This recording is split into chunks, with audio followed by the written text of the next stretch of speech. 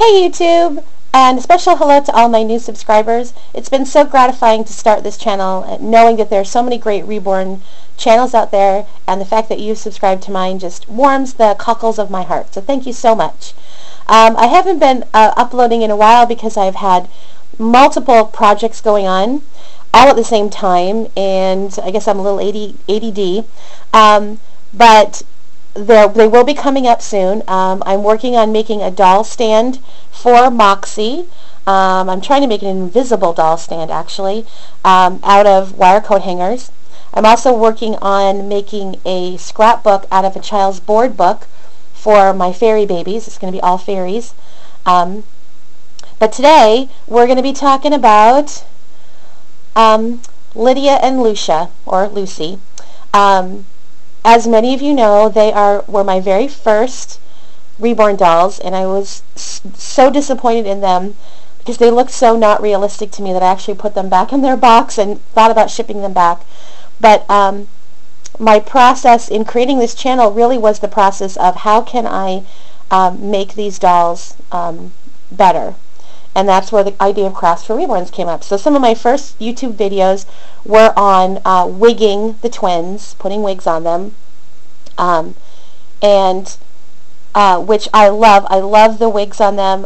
Their hair before was a pale blonde, but it was coming out in patches, and it just looked terrible. And with their beautiful brown eyes, I thought a beautiful brown head of hair would look good. But then, of course, as you can see, looking at her, she no longer looks like a newborn baby anymore.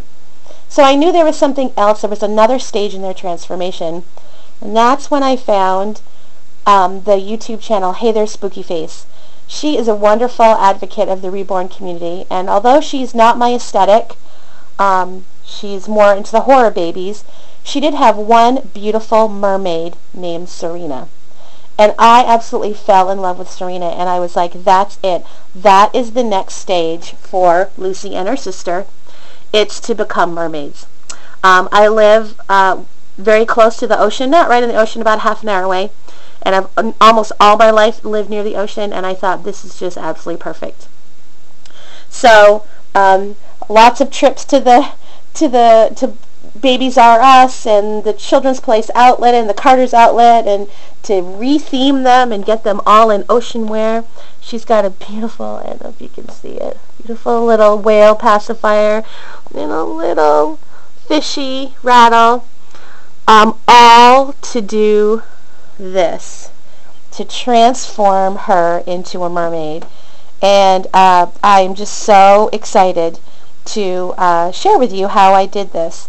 I got a lot of videos off of YouTube, and I sort of combined them together to make like a combination of methods and ideas. And I think at some point I'm probably going to really spring for like a really nice silicone tail. I did find one on Etsy. But for now, this is going to be it. So that's what it looks like when it's all done. So let's take you over here to my little workshop and show you what you're going to need and how you're going to do it.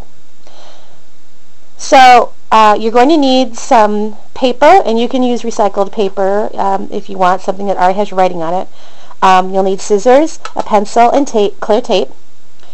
You're going to need a couple of different colors of duct tape. One that's going to be a base for like a base coat. Think of it as if you're painting. And then a contrasting color. I really like this one because it's got the paper backing. And this allows you to cut out all sorts of different shapes out of it to decorate, where you can't really cut regular duct tape into shapes just because it's so sticky. If you want some fabric on yours, I found this fabric at Walmart, this beautiful iridescent fabric. I just told the associate that I was making a mermaid costume, and she showed me this, and it was very reasonably priced, and it doesn't fray really easily. And she actually showed me this, which I love the look of, but I don't know if you can tell, but it frays like crazy. So what I've been using it for, I didn't put it in the costume, but I use it when I take pictures to cover up their joints, or to just kind of look like water in the background. So I do really like that. And in terms of how much you're going to need, I bought 2 rolls of duct tape, and I don't even think I'm going to use one for both tails. Although I'm not quite sure. This is looking pretty, I'm afraid that I'm going to need more of this. So that's, if you're making one roll of your base and one or two of your contrast. And then the last thing you're going to need is a pair of stretchy pants. One of the mistakes I made in the first one was I used some pants that were sort of a very short length, or maybe even sort of a capri length is what they were meant for, and they weren't long enough, and it's very difficult to get the baby back into the tail. In fact, I had to take her diaper off, and I had to kind of tape her legs together to get her back in the costume after I took it off.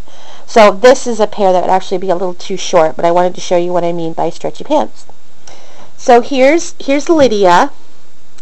And no, this is not nautical themed, but it's pure silk, and I saw it at a used clothing store for children, and I was like, oh my gosh, I have to have it. It's so gorgeous. I can just imagine a tail coming out of it. So what you're going to do is you're going to tuck one leg of the pant in the other, and you're going to put the doll in the pair of pants, and you can see this is a nice long pair. You want it so it can cover their feet. And we just have her feet together. I've left her legs open, and that's like another thing that I found, that you actually don't want to squish your doll in there, because that will make the tail very, very small and difficult for your doll to get back in. So once you've got that basic, there it is, there's the basic mermaid shape. You're going to tape together your pieces of paper. And I found that the best way to do this, to get the right size that you're going to need, is take your papers and fold them in half first, and then tape them together this way, and then put like an end on each side. So hope you can see what that looks like, and I'll tell you why you're going to fold it in half in a second. You're just going to tape it together just lightly. This is just sort of your pattern piece. Then when it's done, you're going to fold it in half, because you're actually just going to trace half the tail at a time, and that way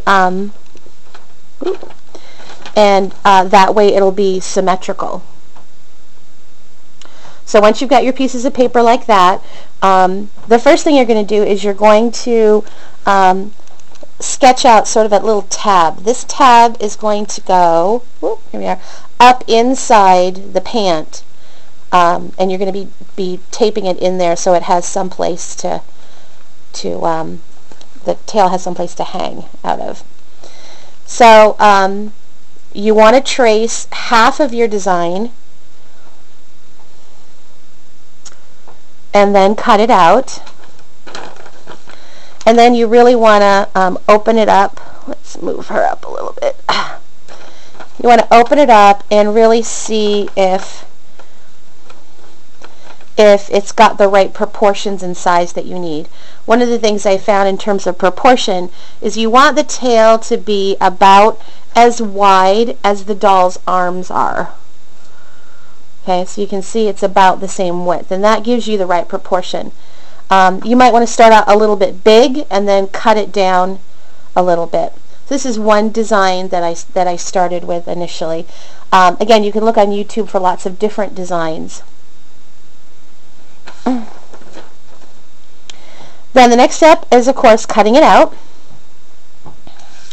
And if you want to put your fabric on, this is the point that you're going to do that. What I did is I cut my fabric. I cut two pieces of fabric that were longer than each side of the tail. That way they could get a gathered sort of look. And I just taped it. I don't know if you can see the tape. I just taped it with clear tape. It's okay, it can look messy, but I just wanted that sort of gathered look so it looks more like a fin there on the bottom. And that's my tail design. I'm going to put you up here. Ooh. There we go. And then what you're going to do is you're just going to cover it with tape. And this is an old table, so I don't mind it getting tape on it. But you don't have to be fancy about it. You can go over is you just want to trim that. So like so. Again, think of like this is your base coat.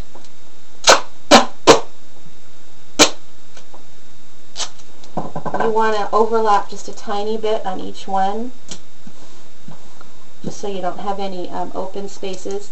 The nice thing about this tail is that it moves well. You can shape it and you can move it around in your photo shoots.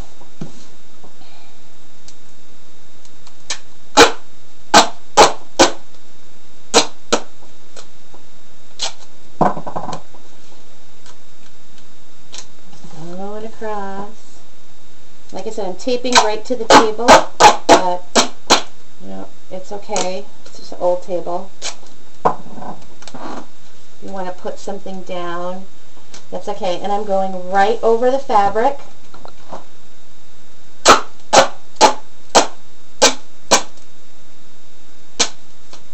And again, if it hangs off a little bit, it's no big deal. I'll show you what to do about that in just a second.